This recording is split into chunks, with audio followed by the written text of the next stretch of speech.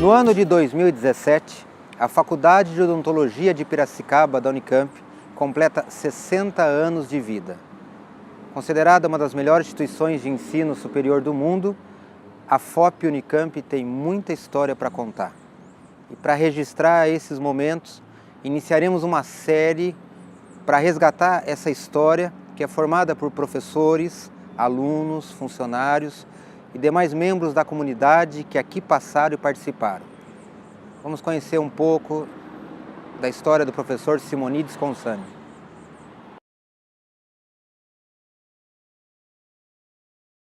A Faculdade de Odontologia de Piracicaba iniciou suas atividades em 1957 com a designação Faculdade de Farmácia e Odontologia de Piracicaba. Só que a farmácia nunca foi instalada, ficou só a odontologia. Mas até entrar junto à Unicamp, permaneceu essa designação. Quando ela foi transferida para a Unicamp, aí ficou Faculdade de Odontologia de Piracicaba. Por que isso daí? Porque a Unicamp foi criada com 3 instituições. A Faculdade de Piracicaba, a Faculdade de Limeira de Rio Claro, que é Ciências, né? Sim. E a Medicina de Campinas. Né? Bem, nessa instalação, a faculdade iniciou suas atividades na Rua Dom Pedro II, lá no prédio que era do antigo Externato São José. Né? E ali iniciou-se a faculdade. Bom, naquela época, dadas as condições do tempo e das atividades, a escola era mais voltada para o ensino de odontologia e muito pouco para pesquisa. Né? Então, não havia um equilíbrio como existe agora, né? Que a pesquisa, tudo direitinho.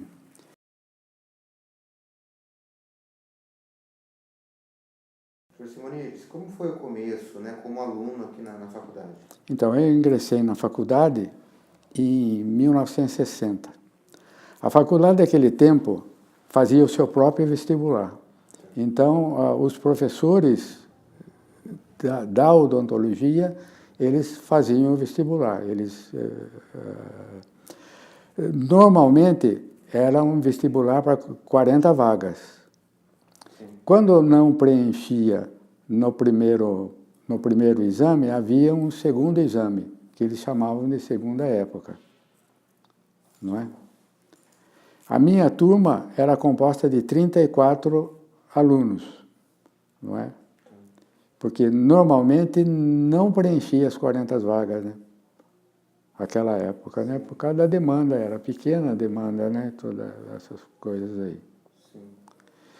Então, essas disciplinas, as disciplinas básicas e as disciplinas de aplicação clínica, é que compunham o currículo da faculdade, né? do programa do curso de odontologia. O sistema de prova, nessa época, era de 2 provas no fim de cada semestre. Eram 3 tipos de aprovação. Aprovação por média, quando a média dessas 2 provas era 7. Sim. Se o aluno não conseguia essa média 7, ele fazia uma que se chamava segunda chamada, para completar a média. Se ele não conseguia isso daí, ele ia para uma situação que chamava dependência. Ele ia para o ano seguinte, mas tinha que cursar essa disciplina novamente, do ano anterior. Professor, seu período como diretor da FOP, o senhor tem, assim, que lembranças que o senhor tem, de feitos, o que o senhor gosta de lembrar, né? Então, eu diria, que a minha participação como diretor na escola foi um acidente, que eu não tinha intenção nenhuma administrativa da escola, até aquela época. Não era chefe de disciplina, não queria ser, eu queria ficar no meu cantinho lá, pesquisando, orientando os alunos, fazendo essas coisas. Não tive intenção nenhuma, né, dessas coisas. Aí, na gestão do professor Néder, que era o diretor, e o professor Valdrigue, que era o diretor associado, o professor Néder com o professor Valdrigue acharam que, não sei, talvez pelo meu desempenho na escola como professor, talvez pela minha conduta ética, não sei por que razão, eles me convidaram para ser o associado do professor Valdrigue. Entendeu? Em detrimento de muitos outros docentes, talvez até com melhor capacidade, já com pretensão para isso daí, não é?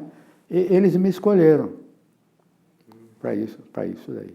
Aí um dia o professor Valdrigue me chamou na casa dele e disse das intenções que ele tinha com o Néder, e que se eu não queria colaborar com ele, participar da administração como associado dele, né?